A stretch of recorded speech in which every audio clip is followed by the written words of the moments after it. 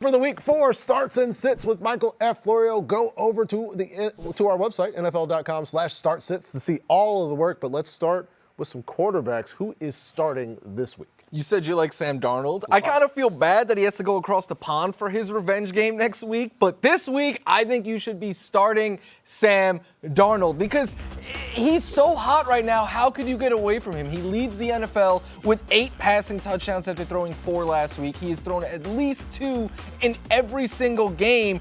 And he has 19 or more fantasy points in each of his last 2 games. Plus, the Packers have allowed the 5th most passing touchdowns. I think KOC is going to get in his bag in this game in what is a big early season game for Sam Darnold and the Vikings. And look, I apologize for last week.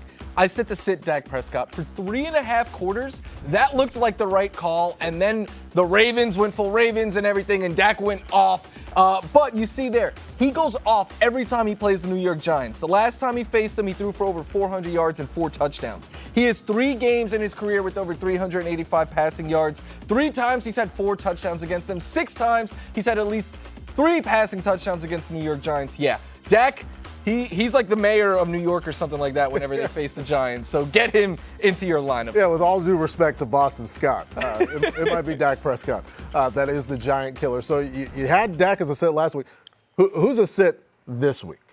There's no way I would wear a shirt for a player and say to sit him. I mean, but I am actually. 'Cause look, I still believe in Anthony Richardson. It is not you. It is the matchup. Look, I know Anthony Richardson is in a slump right now. 5 interceptions in the last 2 games, an NFL high 6 through 3 weeks. If he was playing literally anyone else, I would say start him because the upside is so high. It still is in this game. But I also believe the Pittsburgh Steelers are the best defense in the NFL, which lowers his floor. Richardson hasn't ran quite as much as we want. I think now is a buy low opportunity more than anything. But like Sam Darnold, Geno Smith, Justin Fields are all quarterbacks that were on the waiver wire earlier this week that I like more than Anthony Richardson this week. So if you have one of those options, I would take it and get away from Richardson. But buy low now because the window's going to close after this week. Yeah, get in for those people who are frustrated. So let's go to some running backs. Who's on your start list? Starting Zach Moss because he's played at least 60% of the snaps in every game, but that only has been climbing over 70% in his last 2. He is getting heavily involved in the passing game, which is huge because a target for a running back is nearly 3 times as valuable as a carry in PPR leagues. And the Panthers have allowed the 5th most yards and 4 rushing touchdowns so far to running backs this season. I mean, if you're not starting Zach Moss in this one, why do you have him? And then I'm starting Devin Singletary as well in this one because just like Zach Moss, he's getting a whole bunch of volume. They're using him in the passing game. Last week I thought was a tough matchup. He went for over 18 fantasy points. He had to slide at the 1 to preserve the clock. Otherwise, he could have had an even bigger fantasy day. And when they fall behind, they simply throw him the ball, which is so valuable for PPR formats. So Devin Singletary on Thursday night, get him in to your starting lineup. And also, Devin, we understand that it's your job to get your team wins, but go ahead and punch that thing in next time. We'll enjoy it. Let's go over to a sit at running back. Who's going on your bench? I have been a huge Rachaad White doubter for the last 2 years. And last year, he made me eat some humble pie. But this year, he's not looking so great. I think you should try to get Rachaad White out of your starting lineup. Not only has his carries decreased in every game this season, but pass game volume is what has propped him up as of late. He has just 23 receiving yards in his last 2 games. Bucky Irving has ran really well, and Todd Bowles said he has earned more snaps moving forward. He's also a good pass catcher, which could just eat into Rachaad White's role permanently, and there is a chance that White could be one of the bigger busts at the running back position this year. So until we see otherwise, I think it's okay to pull him from your starting lineup. Yeah, there was once upon a time where Bucky Irving was a sleeper. It seems like those times are now over. Go to NFL.com/startsits for more. We got more coming up, including wide receivers and tight ends. Well, let's get actual sleepers in week 4 with Marcus Grant. Thank you, Patrick. That's right. Got some quarterback and running back sleepers for you here in week 4. Let's start at the quarterback position. We saw one rookie quarterback have a big game on Monday night. That was Jaden Daniels. So why not go with another rookie quarterback? This one being Caleb Williams. I think we're looking for a really big Caleb Williams outing. He went for 363 last week. was an air yards guy, 530 air yards on 52 attempts. They found a downfield passing game. The Rams have allowed 3 passing touchdowns in 2 of their 3 games this year, giving up 10.3 yards per passing play the last 2 weeks. Protection's still an issue there for Caleb, but I think this is a game where he can finally start to get comfortable and spread the ball around a little bit more. Over to running back. I like Jerome Ford with the Cleveland Browns, facing a Raiders defense that is ranked 29th against the run, giving up 5.4 yards per carry, tied with Dallas for the worst in the league. Look, last week, they gave up a $114 on the ground to Chuba Hubbard. It was just the 4th 100-yard rushing performance in 52 career games for Hubbard. Plus, look, the passing game for the Browns has been awful. At least the run game has been mediocre. Seems like a way to go, at least until they figure out how to get things going through the air. And a deep sleeper at running back, Tyjae Spears. Maybe this is me just trying to confirm my own biases because I drafted a lot of him in the preseason. But the Titans have gone from one of the run-heaviest offenses to one of the pass-heaviest, throwing more than 60% of the time.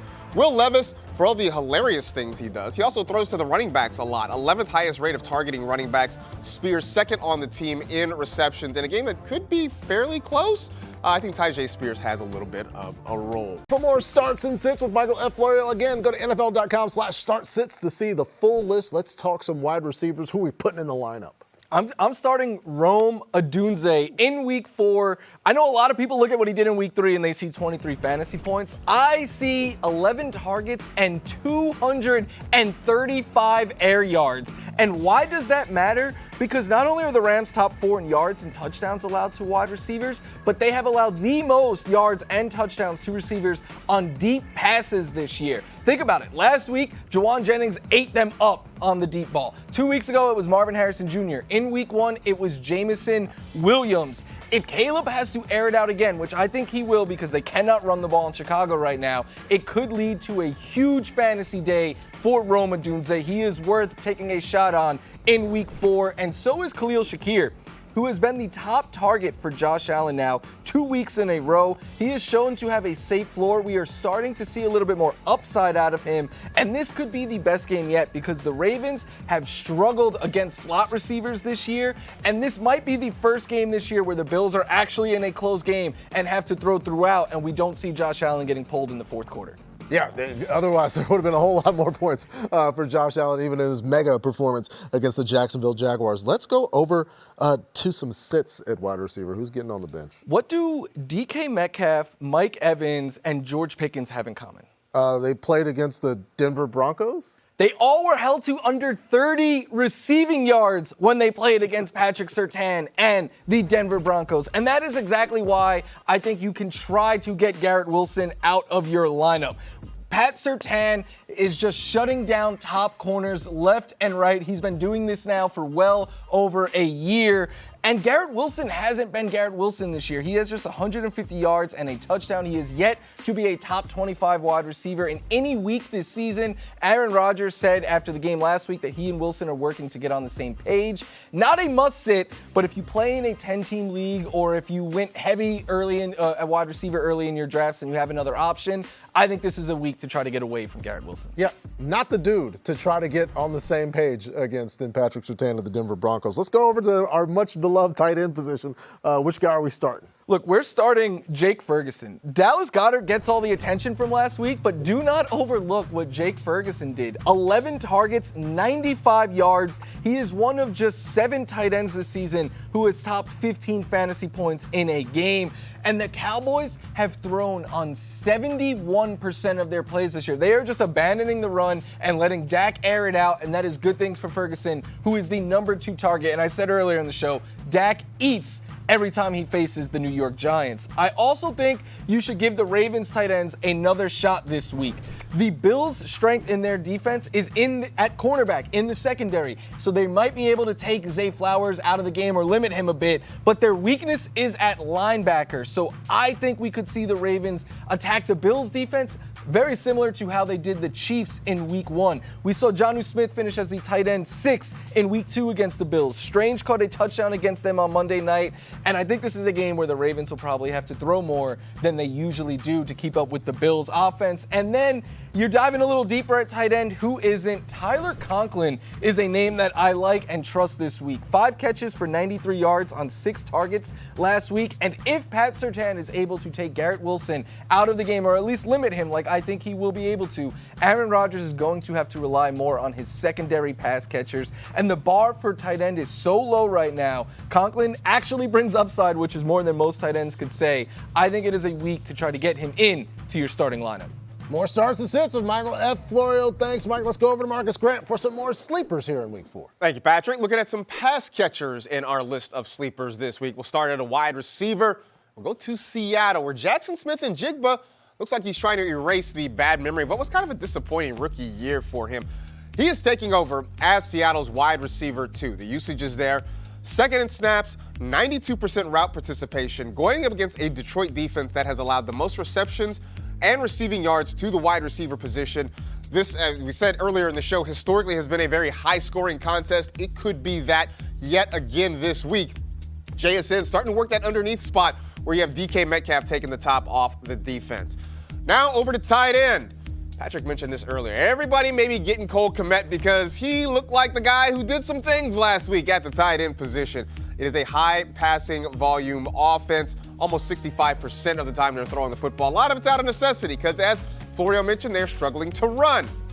Cole Kmet right now, second on the team in receptions, facing a Rams defense at the 4th highest fantasy points allowed to the tight end position. And if you want a deep sleeper, let's go back down to the desert and give you Michael Wilson, guy that I liked as a deep sleeper last year. I'm just telling everybody that I was a year too early. That's all it really was with him. Washington remains the best matchup for fantasy wide receivers. They've given up 9 receiving touchdowns to the position this year. Until further notice, Wilson is Arizona's wide receiver 2. Sorry, Laquan Jones. Deutschland right now seems to be out of order. 79% snaps for Wilson, 88% route participation. If this game turns into a back-and-forth contest, look for Wilson to get a whole lot of opportunity in the Arizona offense.